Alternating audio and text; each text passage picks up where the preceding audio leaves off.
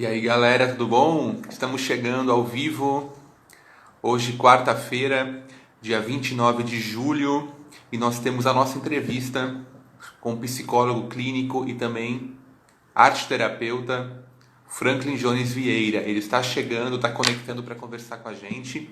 Temos várias perguntas aqui para fazer para ele sobre formas de cuidado. Este é o nosso tema do programa de hoje. Nós vamos conversar sobre formas de cuidado, sobre psicologia, sobre psicoterapia e também sobre arte-terapia, essa área que o professor Franklin gosta tanto, se dedica tanto também e é o grande tema do nosso encontro com ele hoje.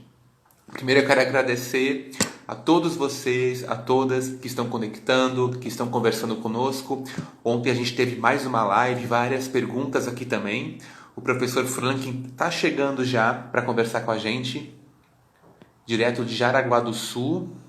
E eu quero saber como é que vocês estão, viu? Quero saber se está frio aí também. Podem mandar perguntas, podem conversar aqui com a gente. Aliás, essa participação é fundamental, porque nós temos várias perguntas que ficaram da semana passada para o professor Franklin e novas perguntas hoje, porque essa é a nossa segunda Quarta da Mente. E essa série Quartas da Mente é uma série muito especial, porque são alguns programas com temas diferentes e o professor Franklin, que é psicólogo e arte-terapeuta e professor também, ele está à disposição para responder essas perguntas, mas também para contar um pouco da trajetória dele, para explicar como é que começou, né, esse vínculo dele com a arte-terapia, para contar como é que é o dia a dia também e para divulgar novos cursos e formações. Muito boa noite, professor Franklin. Boa noite, Maurício. Boa noite, pessoal. Tudo bem? Tudo bem? Muito bom, viu, conversar contigo aqui nessa quarta-feira, segundo programa hoje, né? Nossa segunda quarta da mente. Na semana passada foi muito especial, porque o professor Franklin, ele respondeu, né, as nossas perguntas e conversou também sobre um tema que é muito interessante e pouco discutido aqui nas redes sociais, né? Principalmente em lives, porque falar sobre trauma, falar sobre medo é muito libertador, né, professor Franklin? Sim, verdade. É um tema, é algo assim nossos medos, né, nossas questões internas, é algo que angustia, que às vezes atrapalha as pessoas e não é falado, né? Não é comentado. Então, ainda é um tema bastante de muito tabu, né? E porque acomete, né, a vergonha, se implica nas questões relacionadas à culpa, questões veladas. Então, no ambiente familiar se fala muito pouco e até mesmo, como comentei na semana passada, o próprio treinamento dos profissionais, né, nessa área, eles não têm, né, um treinamento adequado para lidar com trauma, né? Sem dúvida. Nós temos aqui já ó, várias pessoas que estão conectadas, né, aguardando a nossa quarta da mente. Lisiane, muito obrigado. Walter, Kátia também. Sandra, psicopedagoga do município de Tijucas, muito obrigado. Aqui, ó, neuropsicopedagoga. Obrigado, Sandra, pela audiência. A Sandra faz um trabalho incrível no município de Tijucas. Atende também, né, várias crianças. Está convidada aí para a próxima live também. Obrigado todos vocês pela audiência. Teca novamente, sempre acompanhando aqui. Professor Franklin, nós temos duas perguntas, né, que ficaram de semana passada antes da gente iniciar nosso tema de hoje, que é formas de cuidado. Nós vamos falar hoje sobre psicoterapia e arte-terapia, né? Que são aí as duas áreas que o professor se dedica tanto. Mas antes, uma das perguntas que ficou na semana passada é justamente qual é a base teórica do professor, né? Onde que o professor Franklin encontra as suas leituras, faz as suas pesquisas, escreve seus artigos também, né? E como dica, né? Essas duas pessoas, elas têm essa dúvida, né? Como começar e quem consultar. Uhum. Sim, com relação às literaturas, né, eu sempre indico Peter Levine, Richard Carr, que são as referências nessa área. E existe também, se você for pesquisar, tem livros publicados num centro de pesquisa do Rio Grande do Sul, da URGS, né? A URGS, para quem não sabe, é uma das universidades que mais pesquisa essa dimensão do trauma, da violência e até da neurociência com relação a essa temática, né? Eles pesquisam, tem muita coisa publicada deles também, é um centro de referência. A URGS, né, no Rio Grande do Sul, essa universidade, ela trabalha com a neurociência também, ela faz também pesquisas de imagiologia relacionadas às questões traumáticas, tá? Hoje, nós não tem como a gente trabalhar a dimensão traumática numa pessoa sem conhecer o funcionamento, né, do sistema límbico, o funcionamento cerebral, sem entender como que essas estruturas se modificam, se transformam no decorrer do desenvolvimento da pessoa, tá? Certo. Professor Franklin, uma das perguntas também, né, que chegou aqui foi justamente como é que o professor escolhe os elementos do seu consultório, porque as pessoas elas percebem isso, né? Cada escolha, cada decisão tua reflete nas cores. É muito interessante isso, né? Sim. Como que o professor escolhe isso, né? O que tem a ver, né? Por exemplo, quando o paciente chega, ele deve se deparar e também ficar se sentir muito acolhido por essas cores, né? Como é que Uhum. é essa escolha? Como é que se dá isso? Então, na verdade, quando a gente monta um espaço para atender as pessoas, a gente pensa sempre em ofertar alguns elementos. Dentro deles é a segurança, a proteção, o silêncio, né? Um espaço onde ela possa se sentir, as informações possam circular e que não tenha atravessamento de pessoas ou de outras palavras, né? Onde não tenha muito barulho. E também o aspecto do ambiente, né? Então, assim, vocês podem ver aqui no fundo, né? Tem arte exposta, né? Dos clientes, tem uma parte onde aqui do consultório onde só é reservada a psicoterapia, né? Onde a gente senta, conversa. E a parte mais do fundo, por exemplo, é mais reservada para crianças também, aonde a gente a gente brinca, né? E a gente trabalha mais essa dimensão lúdica. A questão assim eu sempre costumo dizer que tudo no consultório é intencional. Né? Então, assim, se eu coloco determinado elemento lúdico em um espaço da sala, é porque eu quero que em algum momento a pessoa acesse a criança interna dela, seja um adulto ou uma criança, né? Se eu, de repente, a pessoa chega no consultório e eu tenho exposto lá em cima da mesa um determinado material, eu faço intencionalmente para que a pessoa possa se sentir atraída ou não por aquilo que eu ofertar. Daí da volição da pessoa, né, querer ou não. Então, mas é só para entender que num contexto clínico nós podemos atender as pessoas e os materiais existentes, eles têm uma conotação intencional, tem um porquê estar ali, tá? Professor Franklin, uma pergunta também que chegou, aliás, essa chegou hoje, uma pergunta aqui da Ana Paula, que está se formando em psicologia pela UFSC, mas é de Jaraguá do Sul, é do seu município, né? E ela pergunta o seguinte: como que iniciou o trabalho do professor Franklin na psicologia? Ela tem essa dúvida, como é que despertou o interesse em ser psicólogo? De onde Olha, veio essa vontade, né, de entender a mente pois humana? é.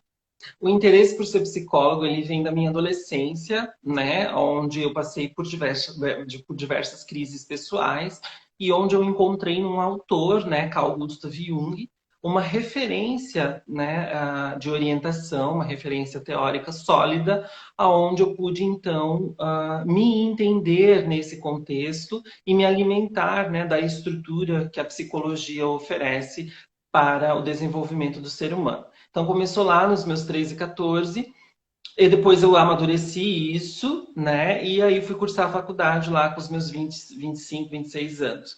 Então, eu procurei amadurecer, fiz terapia inicialmente, né, para eu poder me entender nesse contexto todo, e depois, então, partir para a faculdade. Quando eu entrei na faculdade, eu já entrei, né, vamos dizer assim, preparado.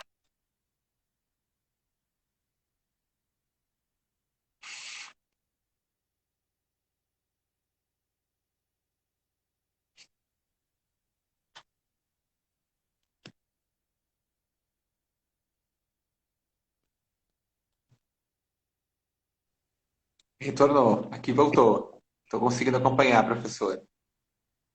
Aí também É, voltou? Como é que tá a conexão? ok. Ok. Onde é que eu parei? Tu parou falando sobre o fim, é isso? Eu escutei ali até, até o professor falar sobre quando tu parou. Eu Então, parei, foi a última frase. então, eu estava explicando, né, que depois, então, que eu iniciei a terapia, então eu comecei a me descobrir mais e a me preparar mais. E quando, então, eu entrei para a faculdade, eu entrei já com essa perspectiva de atender essa demanda clínica. Então, toda a minha formação, ela foi sempre baseada nas literaturas complementares, os estudos, os cursos que eu fiz durante a faculdade, foi sempre voltado para o atendimento clínico, né? Então, isso foi bacana, porque eu entrei amadurecido nesse sentido, sabendo o caminho que eu queria, então eu foquei praticamente toda a minha faculdade na área clínica, né? Os professores, os cursos, as orientações que eu tinha, né? Sempre voltada para a área clínica, tá? Certo. Agradecendo aqui a audiência da Eli Silveira, Isabela Altoff, que é uma grande comunicadora, né, aqui da Grande Florianópolis, apresenta também um programa na TV Alesc. Tem que entrevistar o Franklin. Excelente entrevistado esse, viu, Isabela? A Maria Alice também, Inaê aqui conosco, Daniel, Ramon, Bárbara, muito obrigado também pela audiência. Professor Franklin, e como foi escolher a sua área de atuação? Foi direto mesmo para a arte-terapia? Como é que foi Uhum. antes disso? Porque a arte-terapia é enquanto pós-graduação, né? Mas antes, como é que aconteceu esse estudo na psicologia? Sim. Então, quando eu entrei para psicologia, eu já tinha uma inclinação para a arte, para o criativo, para as expressões, enfim, né? Eu nunca fui assim de ficar só com o que me ensinavam. Então, eu sempre procurava algo além do que fazia sentido para mim também. Então, quando eu terminei a psicologia, eu já emendei na pós, na formação em arte-terapia, e daí já passei a praticar na clínica as expressões criativas, né? Para você poder aplicar técnicas expressivas na clínica, não necessariamente você precisa ser arte-terapeuta, né? A arte-terapia, ela te dá é uma especialização onde ela te direciona a entender e a aplicar técnicas de processo, de processamento emocional pela imagem, único e exclusivamente pela imagem, né? Já a psicoterapia, por exemplo, ela trabalha mais a linguagem verbal no processo, ou no setting terapêutico que a gente chama, né? Que é o ambiente terapêutico. Então, existem essas diferenças entre as duas. O que me chama muito a atenção são as técnicas expressivas, né? Por quê? Porque elas têm uma eficácia a curto e médio prazo. Então, você pode, às vezes, ir direto ao ponto da pessoa sem ela perceber que ela está indo por meio da arte. Então, é muito mágico isso, né? Então, por exemplo, vou dar um exemplo aqui. Eu tenho aqui essa imagem, né? Não sei se vocês estão vendo aqui. Então, eu tenho aqui essa imagem, essa projeção de um castelo, um fantasma, uma pessoa e aqui a paisagem, tá? Que ela criou. Então, o que que eu trabalhei aqui, né? Eu trabalhei aqui nessa imagem os medos dela, né? Eu contei uma história para essa pessoa e ela, então, ela me contou os medos dela por meio da história e da projeção com imagens. Depois dessa imagem, a gente então transmutou ela. O que que é transmutar? A gente plasma ou replica ela de uma outra forma, a fim do cérebro poder modular essa estrutura de medo que ela tem. Então, depois o que a gente fez? A gente contou uma história por meio de tridimensional, por meio de sucata, construção com sucata. Depois a gente construiu uma história pela caixa de areia, né? Pela técnica de sand play, que consiste em projetar as miniaturas, né, num ambiente também protegido, que é essa caixa de areia específica dessa técnica, onde também eu vou fornecer o workshop dia 29 de agosto sobre o uso dessa técnica também para as questões traumáticas. Então, assim, o que me chama muito atenção nesse manejo criativo é justamente o assessment, né? A forma da gente acessar essa pessoa e o modo indireto com que a gente faz isso. Então, a gente não precisa bater de frente com as situações da pessoa. A gente pode ir por um caminho um pouco mais leve com ela, para que ela se sinta à vontade, rebaixe as defesas dela, as armas, né, que todo mundo tem quando entra no processo terapêutico, porque assim, todo mundo quer resolver, todo mundo não, né, mas a grande parte das pessoas querem resolver suas questões, mas tem suas resistências ao mesmo tempo para entrar em contato com a sua verdade. Então, o terapeuta, ele pode usar de técnicas expressivas e a arte-terapia mais ainda, para poder dar conta, né, desse sujeito que ao mesmo tempo quer atender às suas necessidades de resolução ou de...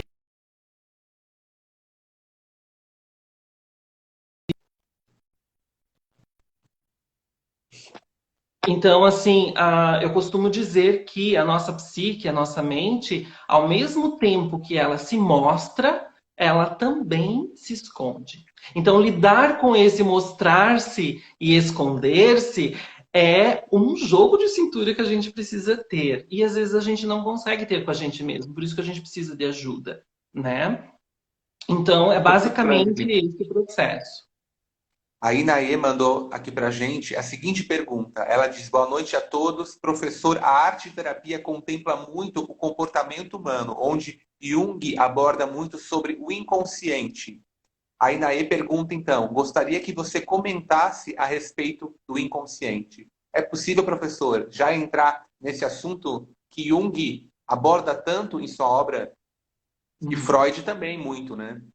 Sim, Jung foi um médico, psiquiatra e psicólogo.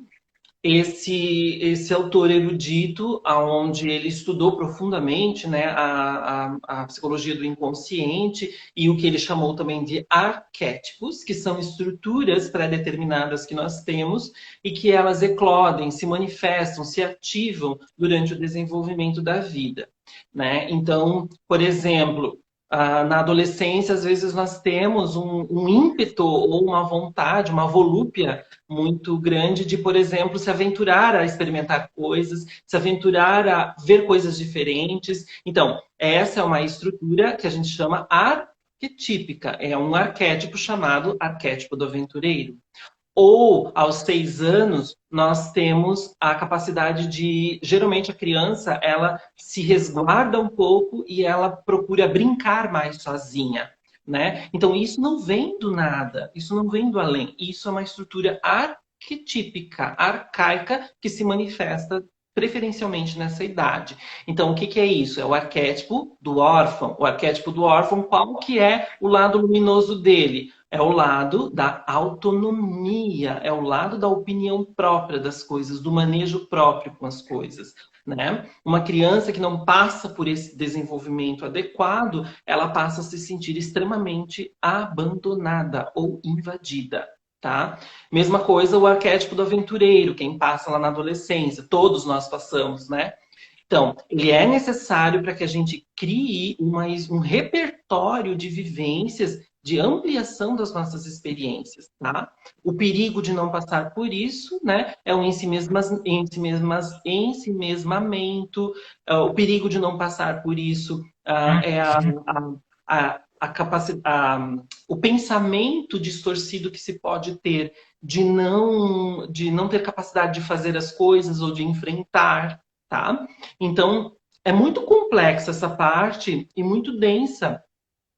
E quando a gente estuda o inconsciente na perspectiva junguiana, nós estudamos essas dimensões arquetípicas tão fecundas e tão complexas, né? Quando a gente entende de arquétipo dessas estruturas, a gente entende o que está sendo iluminado na pessoa e o que não está, né? Então, isso é estrutural. Outra coisa, né? Freud também o inconsciente, né? Ele foi descoberto ou foi falado sobre isso, né? Antes de Freud até, o conceito de arquétipo também antes de Freud. Então, assim, Freud, ele foi ali um iluminista, né? Ele foi ali com o movimento iluminista, com o movimento do romantismo também, onde ele tem uma frase dele, né, onde ele fala que as pessoas elas não, a psicanálise ela é uma abordagem que trabalha as dimensões do amor da pessoa, né? Então, e é disso que se trata a vida, né? Se trata do quanto da nossa capacidade de amar e da nossa capacidade de trabalhar, né? Então, quando a gente fala do inconsciente, na perspectiva junguiana, a gente não fala só das coisas que nos reprimem, ou que a gente não dá conta, ou que a gente esconde. Nós falamos também no inconsciente na nossa capacidade de criar, na nossa capacidade de transmutar as coisas, que é onde ele vai falar lá sobre o conceito de alquimia. Alquimia, o que que é? É a transformação da matéria, tá? Então, o ser humano ele tem essa capacidade de transformar. E isso é uma força que vem do arquétipo, do inconsciente. Então, Jung ele traz essa questão de que o inconsciente é transformador e não apenas ou meramente, às vezes como as pessoas tarjam, de que é um depósito, né, dos lixos inconscientes ou um depósito, né, daquilo que a gente reprime, não aceita ou esconde. Tá? Vamos agradecer aqui a audiência do Sandro, Rafa Batschauer, Marcel, é da tua cidade, aí de Jaraguá do Sul, professor Franklin. A Sandra encaminhou pergunta aqui para a gente. Já, já, Sandra, eu vou ler a tua pergunta. Sâmia, muito obrigado. Gabi, muito obrigado aí pela audiência. E a Isabela Altoff, ela mandou a seguinte pergunta aqui, professor Franklin. A maneira como desenham as mãos é significativo? A maneira de desenhar as nossas mãos. Um abraço para a Cléria de Brusque também, está aqui de olho. As mãos, ela tem uma simbologia também bem arcaica. Ela simboliza coletivamente, né? Ela simboliza o ato, o fazer, o trabalho, o ato, o labor, o construir alguma coisa.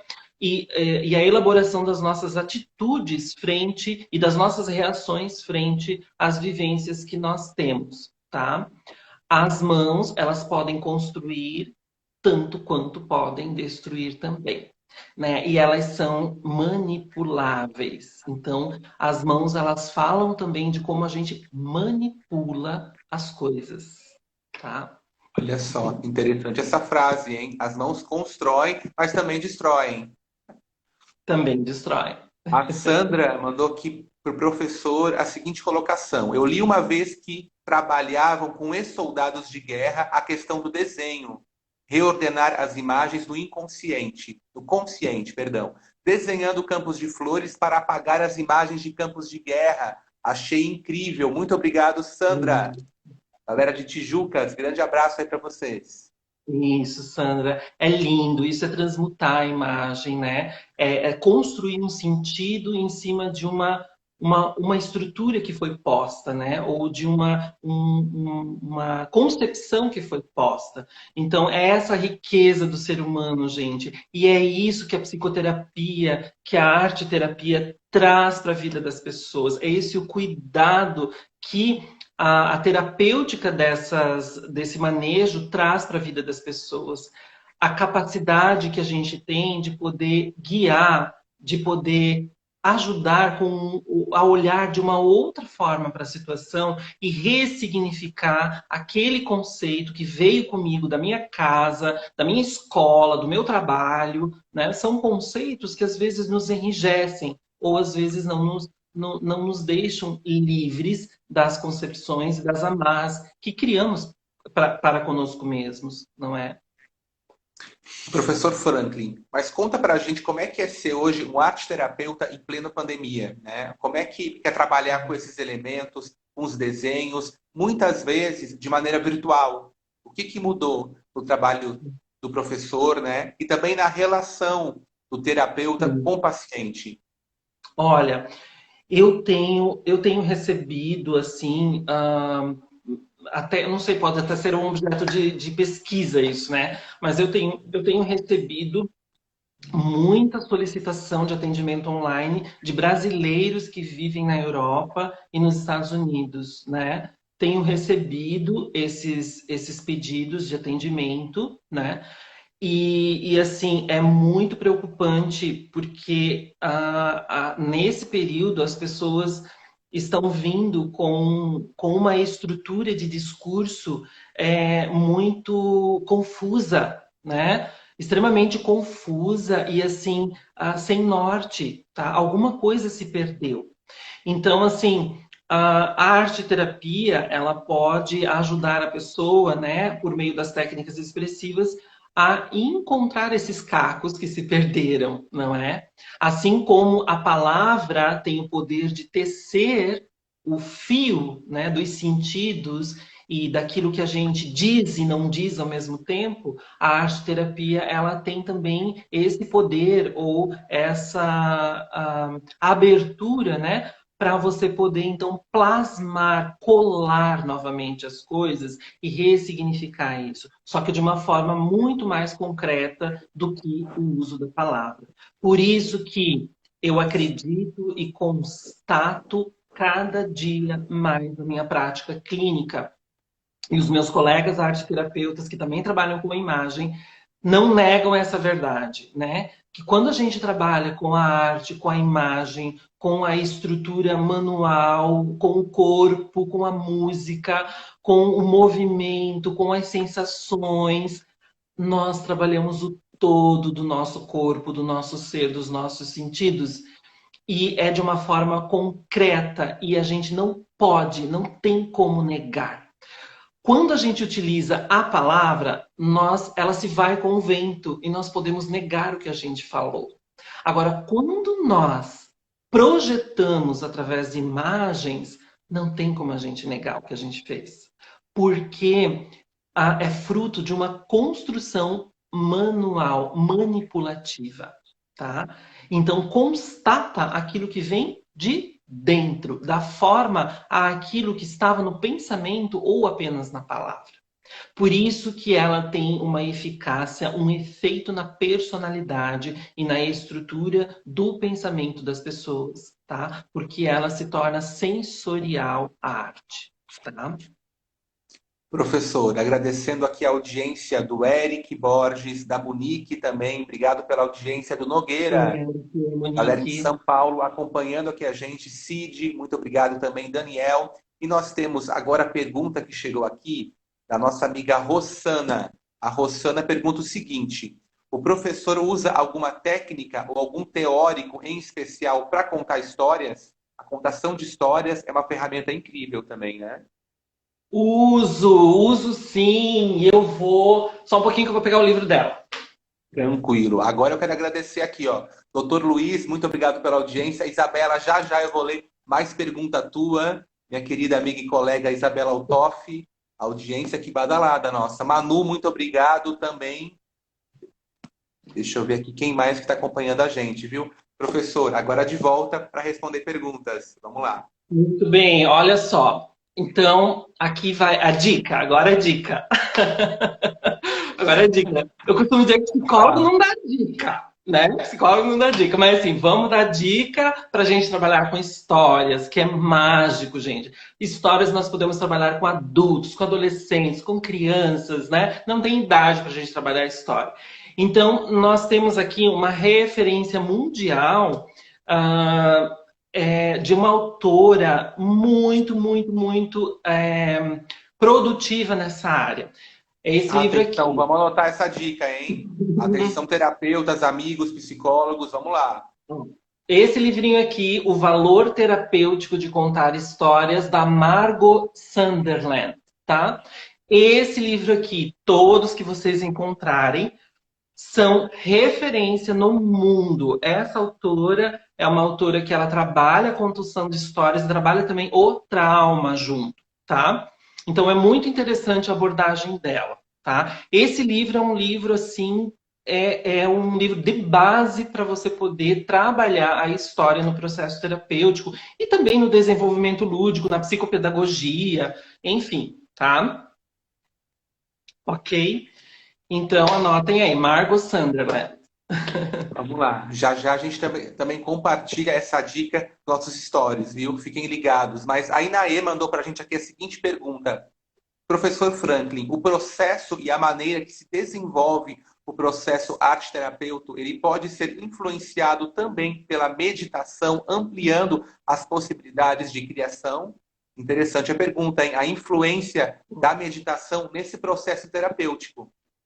Isso, a meditação, né, é uma técnica que também pode ser usado na psicoterapia e na arte-terapia, mais comumente também conhecida na abordagem junguiana ou também na arte-terapia como imaginação criativa, tá? Ou também imaginação ativa. O que é essa técnica, né, que nós podemos utilizar? É uma técnica onde você trabalha elementos da respiração para poder ter um rebaixamento ali da consciência. O que é rebaixamento da consciência? É um relaxamento tanto físico quanto mental. Você ajuda a pessoa a desacelerar as ondas ali cerebrais.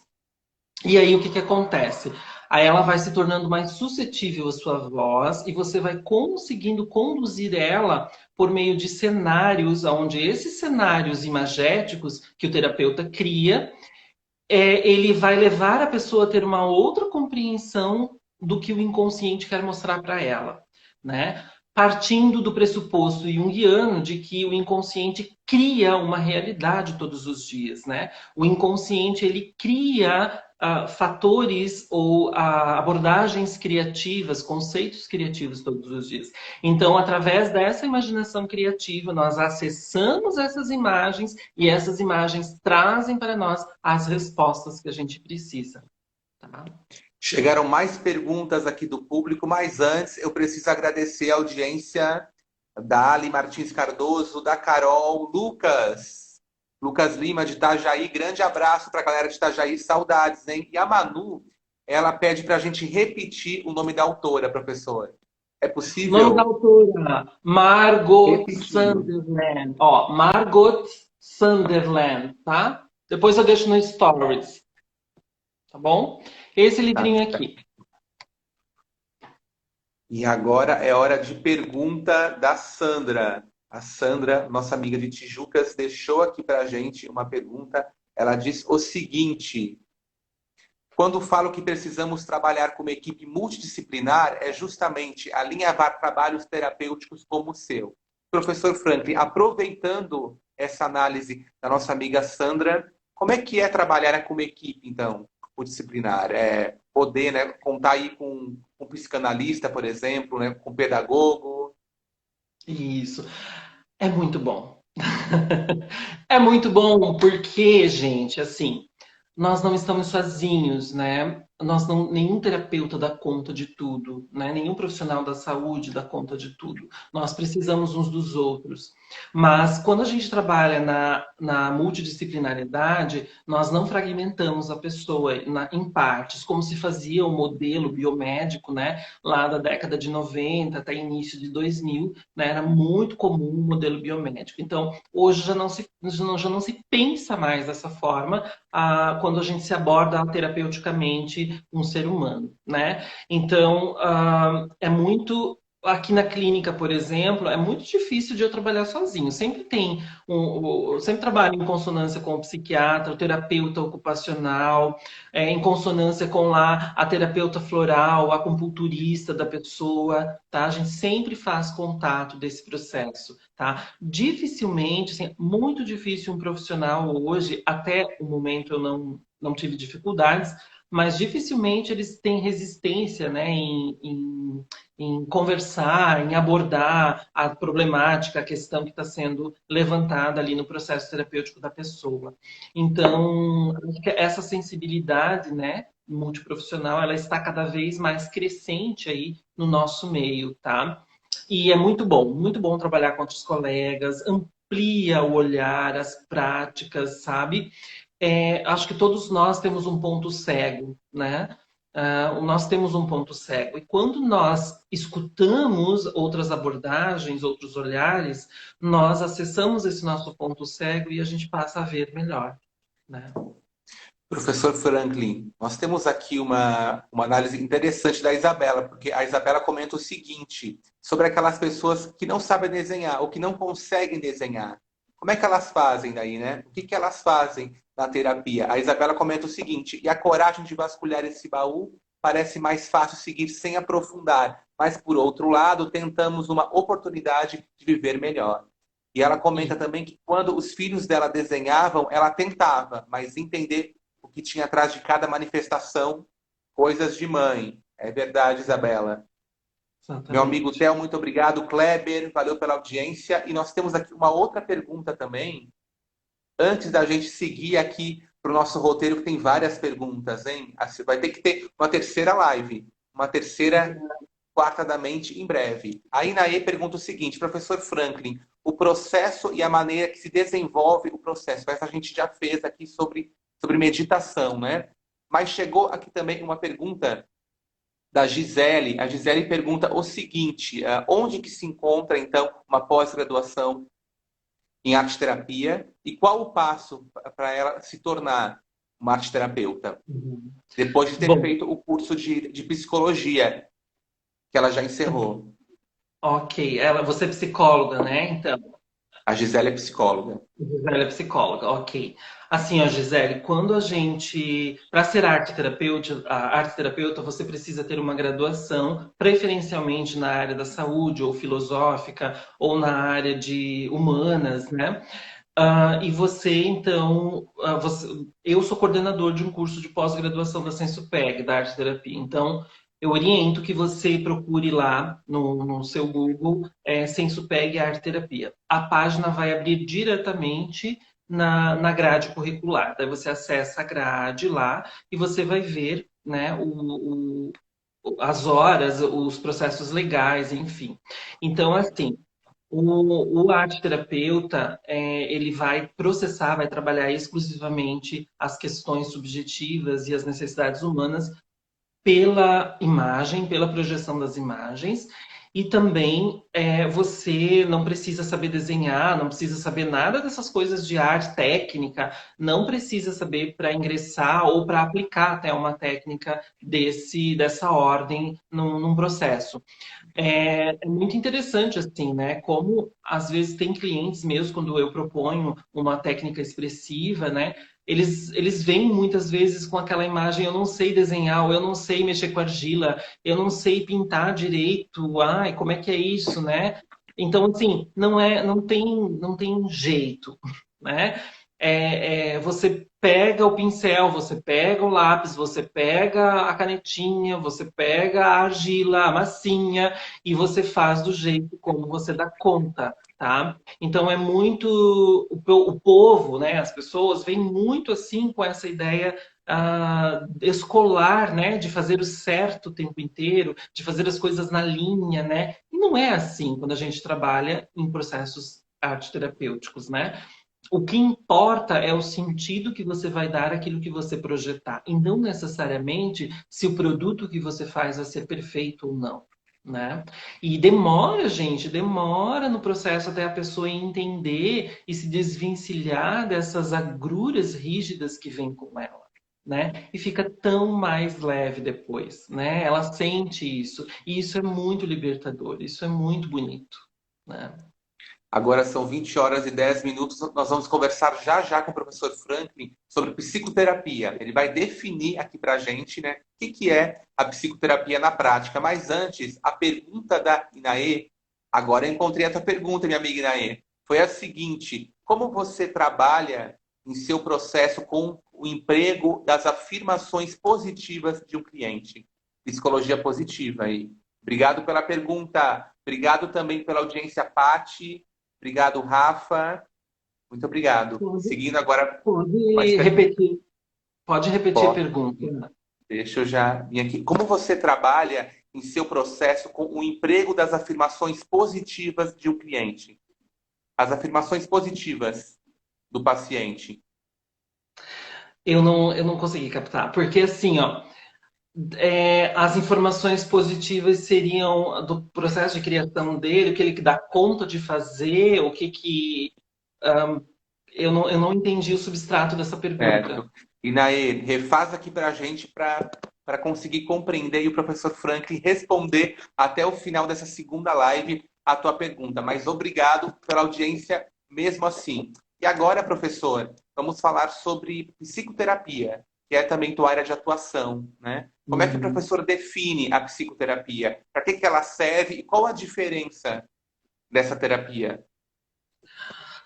A psicoterapia, ela é um manejo técnico, tá? Que tem substrato teórico. Ela não é privativa do psicólogo, tá? Você não precisa ser psicólogo para praticar a psicoterapia, tá? Mas hoje no mercado, o profissional que está mais bem preparado para é, aplicar a psicoterapia é o psicólogo, né? De fato, o psicólogo tem um treinamento específico em psicoterapia, né? Outros profissionais, como médico, né? Terapeuta ocupacional, esses filósofos também, né? Eles têm até o grade curricular ou até uma abordagem que se expressa dessa forma, mas o treinamento específico é muito difícil se ter hoje numa graduação, tá? Quem tem realmente é o psicólogo. Só que não é um manejo ou uma técnica privativa dele, tá? Como os testes psicológicos, por exemplo, né? Que é privativo do psicólogo, que nenhum outro profissional pode aplicar os testes que tem a comprovação randomizada como o psicólogo tem. Então, assim, a psicoterapia, a gente tem que tomar muito cuidado com isso, né? Às vezes a pessoa lá se diz terapeuta ou psicoterapeuta, e aí a gente vai pesquisar a formação dele, ou onde que ele fez o treinamento, e aí, né? Onde que foi feito esse treinamento, como foi feito esse treinamento. Então a gente tem que averiguar tudo isso.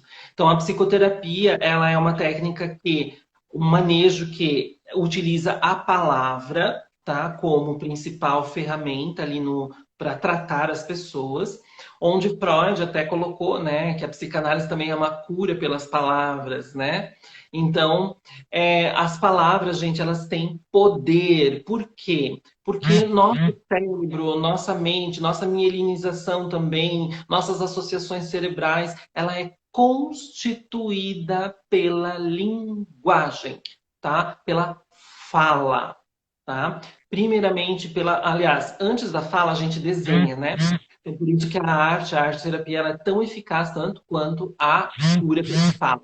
Então, assim, nós somos constituídos pela linguagem, somos seres de linguagem e, como tal, precisamos trabalhar essa língua, né? Por isso que a psicoterapia, ela tem os seus méritos, os seus manejos, as suas eficácias, né? Porque ela trabalha essa constituição da linguagem. A forma como a gente fala e o jeito como a gente entende o que diz são duas coisas muito diferentes da outra. E na psicoterapia, nós conseguimos entrar em contradição com aquilo que a gente afirma ou aquilo que a gente acha que é certo. A gente aprende a se contradizer também e a também achar achar o que é ou não adequado. Às vezes, a visão que eu tinha até o momento pode ser modificada por uma outra estrutura de linguagem, ou um outro entendimento daquilo que o outro diz, ou daquilo que eu também falo para mim mesmo. Então, assim, é muito interessante isso. No setting terapêutico, é possível fazer esse manejo porque é um ambiente protegido, um ambiente específico para poder escutar esses nossos deslizes, né? Então, Freud muito bem colocou isso, né? Que pela palavra nós entramos em contradição e nós temos lá nossos deslizes, nossos atos falhos, como ele diz, né? Tá? Professor Franklin, a Silvia pergunta qual é o próximo curso do professor e se tem palestra ou algum workshop agora, né, vindo no mês de agosto. Ela é de Blumenau. Mas antes eu quero agradecer a Jéssica pela audiência, o Will também, o Leandro Tabosa. A Inaê refez a pergunta aqui também. Já, já, então, temos mais pergunta para o professor Franklin, nosso entrevistado da segunda quarta da mente, hoje falando sobre formas de cuidado, psicoterapia e arte-terapia. Então, vocês, no meu workshop lá, no dia 29 de agosto, vai ocorrer das 14 às 16h30, vai ser ao vivo. Vocês vão se inscrever pela plataforma cursosdofranklin.com ou também no meu site, que está aqui na bio. Vocês vão lá em eventos e vocês podem se inscrever. Esse workshop ele vai abordar a dimensão do trauma e como que a gente pode ter um manejo com relação a essa demanda, tá? Um manejo inicial, um approach inicial ali para a gente poder desenvolver um trabalho com essas questões. Vai ser ao vivo, né? E vai ter aí uma duração entre 2h30, 3 horas no máximo, tá? Certo. A Vanessa perguntou se esse workshop ele vai ter certificado. E uma outra Sim. pergunta também, ela faz aqui: Uhum. quem é que fiscaliza a profissão do psicólogo e do arte-terapeuta? Interessante essa pergunta, hein? A fiscalização, né? As normas, os cuidados com essas duas profissões tão importantes hoje no dia a dia. O workshop, sim, vai ter certificado validado a nível nacional, né? Vocês vão receber no certificado um número, e esse número é único, e ele está cadastrado não tem como falsificar esse documento, porque ele é cadastrado num registro documental, tá?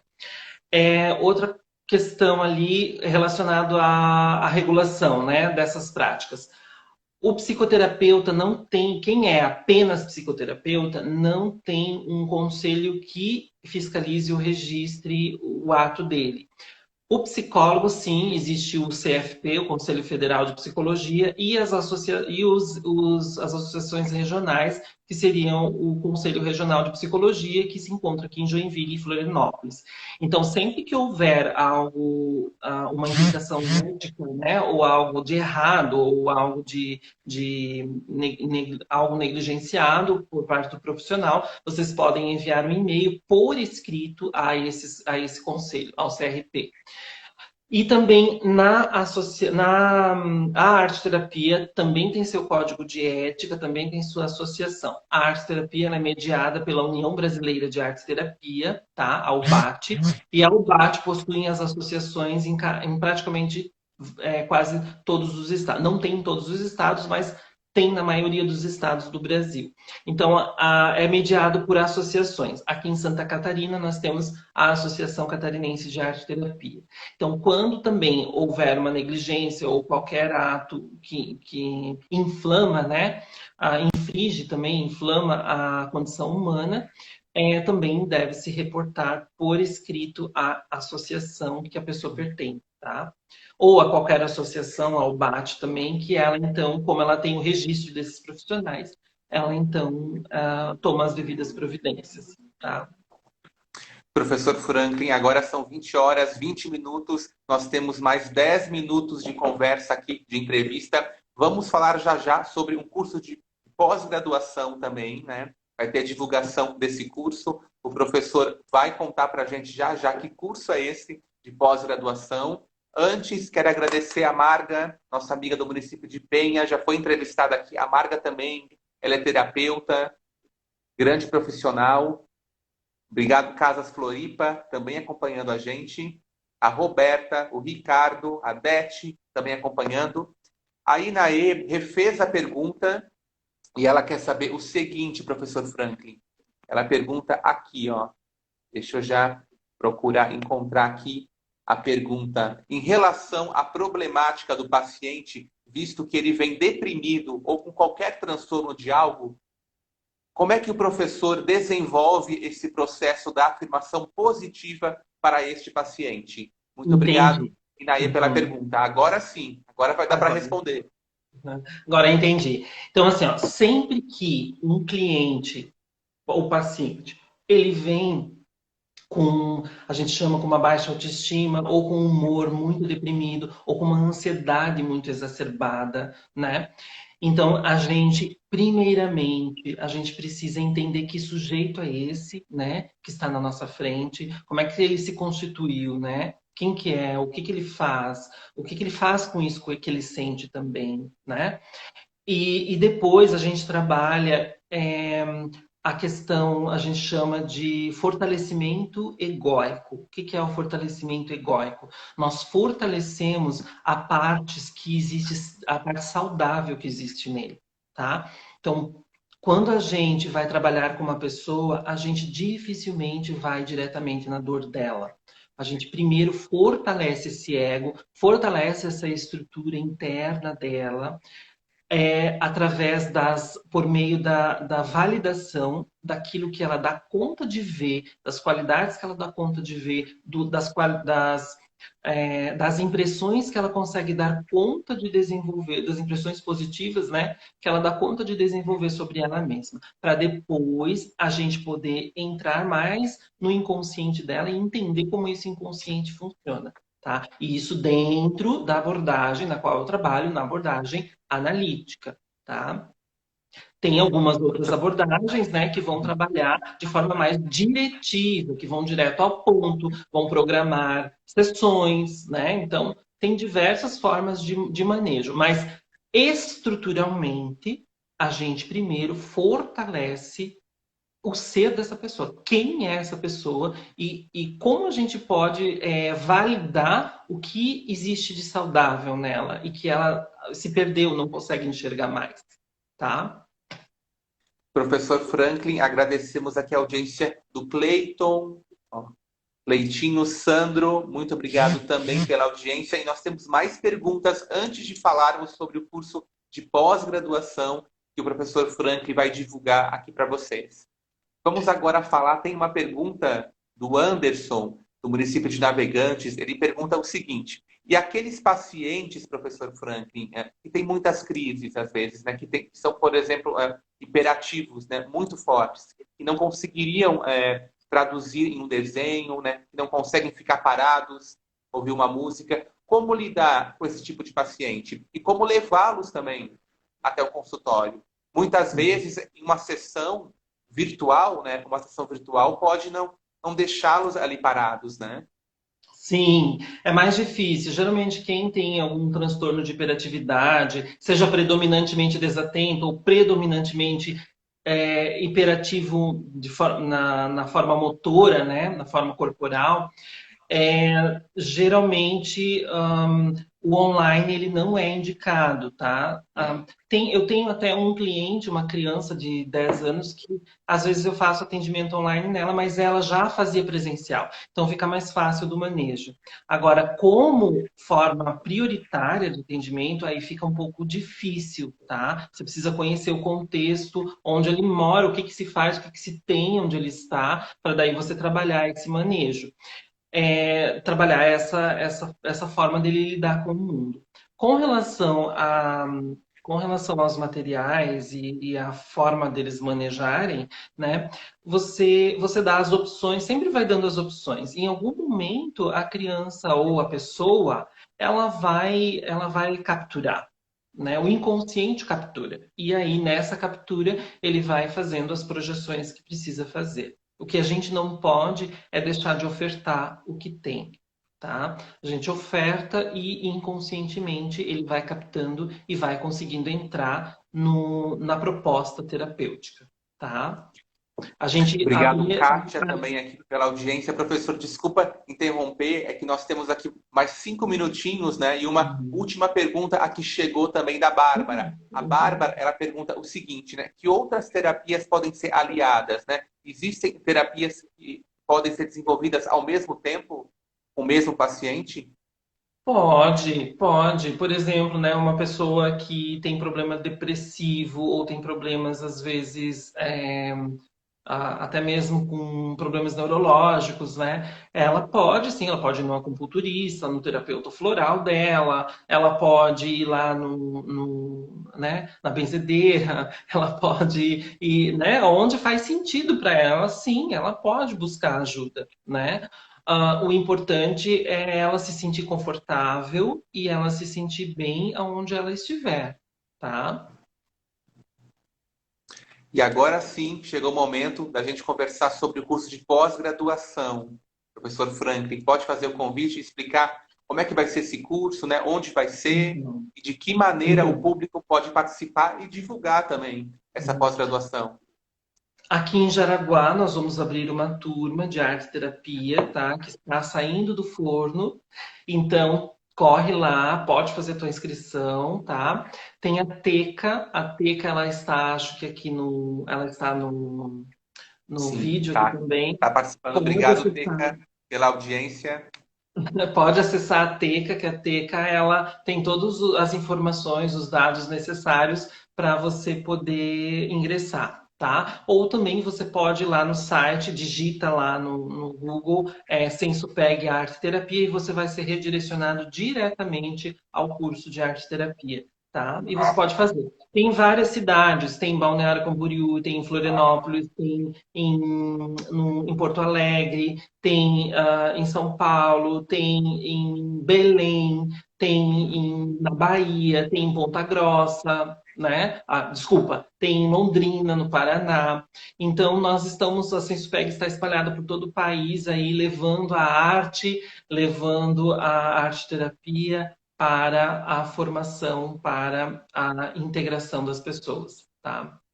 Professor, e o tempo do curso, como é que é? E o que é recomendado para o aluno, né, que quer ingressar nesse curso? Ele precisa ter algum curso antes, uma graduação, por exemplo? Como é Ele que é? Porque esse curso ele equivale à pós-graduação, né?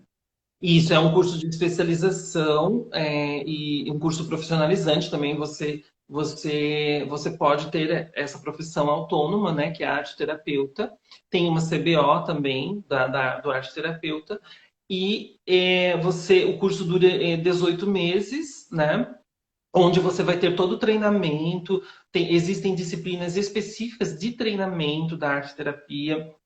Você vai estudar esses autores que eu coloquei aqui para vocês, você vai estudar como é que a gente aplica, como é que essas imagens transmutam, como é que a gente faz, né, em determinadas situações ou determinados tipos de patologias também, né, ou de perturbações mentais. Então, como é que a gente maneja? Então, esse curso dá esse aporte também, bem como trabalhar em grupos, né, um trabalho com grupos, crianças, adolescentes, adultos, idosos, e também trabalho individual, tá? Certo, temos mais 1 minuto e agora sim. Como é que o público te encontra para saber mais informações sobre o psicólogo, o arteterapeuta e o professor Franklin? Qual é a página, as informações? Tem o site também com várias novidades. Vocês podem acessar o site que está aqui na minha bio do Instagram. Vocês podem também falar comigo pelo direct. É direct, né? Sim, sim, Pelo sim, pelo direct. direct. Então, fala pelo direct também. E tem também o meu WhatsApp profissional aqui, onde você também pode contatar comigo, tá? Qualquer dúvida que tiver, estou à disposição, tá bom? Tá certo. Muito obrigado a todos vocês, a todas pela audiência. O Franklin continua à disposição. Essa foi a nossa segunda quarta da mente, hoje com o tema Formas de Cuidado, Arte Terapia e Psicoterapia. Mais perguntas ficaram, eu sei que também tem mais dúvidas de vocês. Podem mandar no direct, tá? Não tem problema. A gente vai conversando e em breve uma terceira quarta da mente, porque tem várias perguntas aqui e muitas dúvidas também, né? E o curso vem aí. O workshop também vem aí e o site está no ar. Pode acessar, repetir o site, professor. Estão pedindo aqui O para site, falar de novo o gente, site. O site do workshop? Isso, Do do workshop é workshop. cursosdofranklin.com. Aí você vai ser direcionado lá. Ou você vai, ou então na minha página profissional, você vai lá em eventos e aí lá tem a ficha de inscrição, tá bom? Vamos divulgar então, viu? Entra no site, participem e compartilhem também. Obrigado aos artistas e terapeutas do Grupo Café Criativo que estão de olho aqui. Obrigado, André, pela audiência. Maria Alice, muito obrigado a todos vocês. Obrigado mesmo, Eli e a todos Obrigado, mais. gente. Continuamos aqui ao vivo. Ótima noite a todos. Muito conhecimento, né? Frio, mas muita arte. E a entrevista fica aqui, ó, na íntegra, na nossa página, no YouTube, no Facebook e aqui no Instagram. Obrigado a todos e amanhã voltamos às 6 da tarde com mais live.